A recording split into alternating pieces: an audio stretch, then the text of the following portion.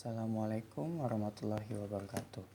Kenalkan, nama saya Aji Saifuddin, NIM 19552010057. Saya dari Prodi Teknik Informatika Universitas Muhammadiyah Tangerang.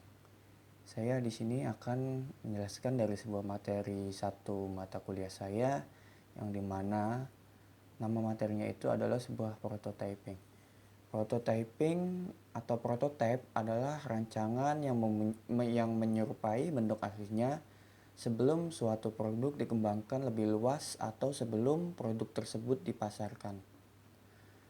Prototype penting dalam pengembangan sesuatu agar apabila sesuatu terjadi kesalahan, maka tidak akan mengeluarkan banyak biaya untuk memperbaikinya karena produk masih dalam bentuk prototipe atau produk masih dalam pengembangan.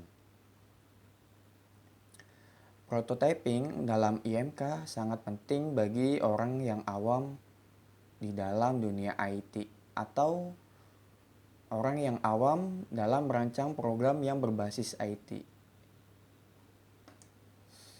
Prototype adalah perangkat lunak atau software prototyping atau siklus hidup menggunakan prototyping atau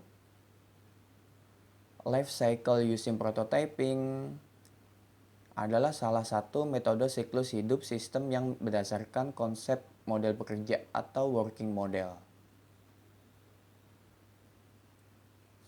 Dengan prototype yang terbuka, model sebuah sistem atau bagiannya dikembangkan secara cepat dan diproses dalam siklus diskusi yang berkali-kali dengan klien. Model tersebut menunjukkan kepada klien apa yang akan dilakukan oleh sistem, namun tidak didukung oleh rancangan desain struktur yang mendetail. Prototyping membantu dalam menemukan kebutuhan di tahap awal pengembangan. Jenis-jenis prototyping, satu ada sketch. Sketch, kita bisa membuat prototipe dengan menggambar di kertas. Kita bisa memulai menggambar dari halaman ketika pertama kali user masuk aplikasi, lalu halaman setelah user memencet tombol setelahnya. Untuk pengujiannya, Anda bisa menunjukkan user ke halaman awal, lalu minta dia untuk melakukan sesuatu. Ketika dia memencet suatu tombol, maka ganti kertas dengan halaman yang sesuai dengan yang ia pencet. Keunggulannya dalam metode ini adalah kita bisa dengan cepat mengujikan desain atau konsep desain yang sedang kita pikirkan pada user. Terus setelah itu ada wireframing. Wireframing, kita bisa membuat prototipe dengan menggambar di media komputer. Kita bisa mulai gambar dari halaman ketika pertama kali user masuk aplikasi. Lalu halaman tersebut kita buat beberapa penempatan icon, button maupun logo yang diinginkan si user. Digital prototype. Digital prototype kita bisa juga membuat prototipe dari hasil desain yang sudah kita buat, lalu menghubungkan antar halaman tersebut dengan sistem klik atau langkah-langkah yang terjadi jika user menekannya. Pendesain tersebut menggunakan tools pada komputer seperti Adobe XD maupun yang lainnya. Prototype ini disebut digital prototyping. Untuk pengujian digital prototyping atau digital prototype ini mirip dengan paper prototype.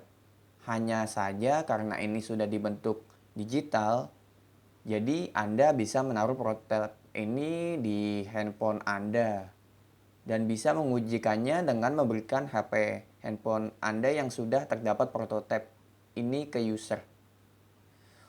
Untuk keunggulan dari metode ini dibanding paper prototyping adalah kita tidak perlu mengganti-ganti kertas dan juga tampilan prototipe telah terlihat secara detail.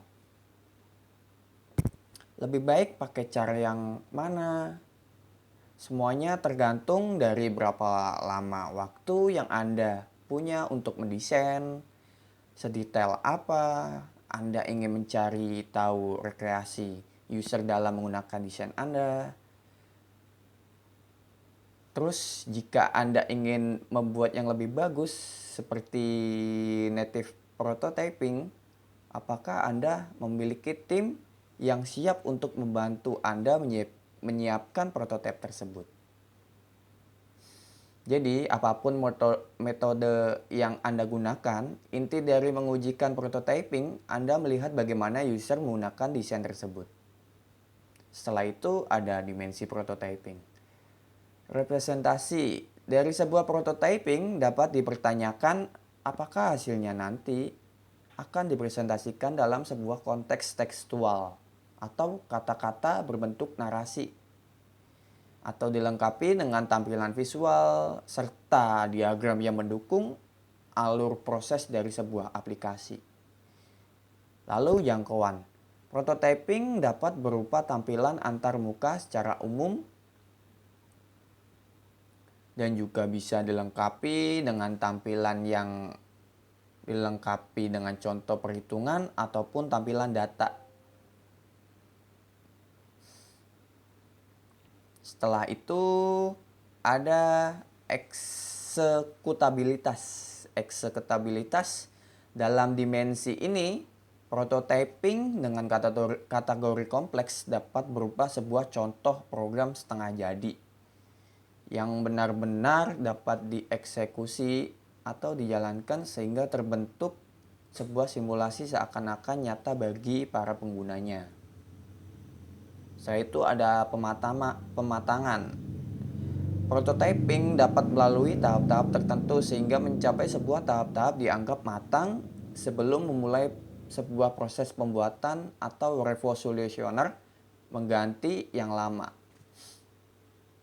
Setelah itu ada terminologi prototype. Terminologi prototype ada beberapa. Yang pertama itu ada prototype horizontal. Secara luas mengerjakan atau menunjukkan sebagian besar interface tapi tidak mendalam. Setelah itu ada prototype vertikal. Lebih sedikit aspek atau fitur dari interface yang disimulasikan tetapi dilaksanakan dengan rincian yang sangat baik.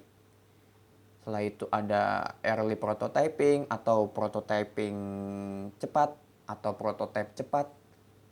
Setelah itu ada late prototyping atau prototype lambat.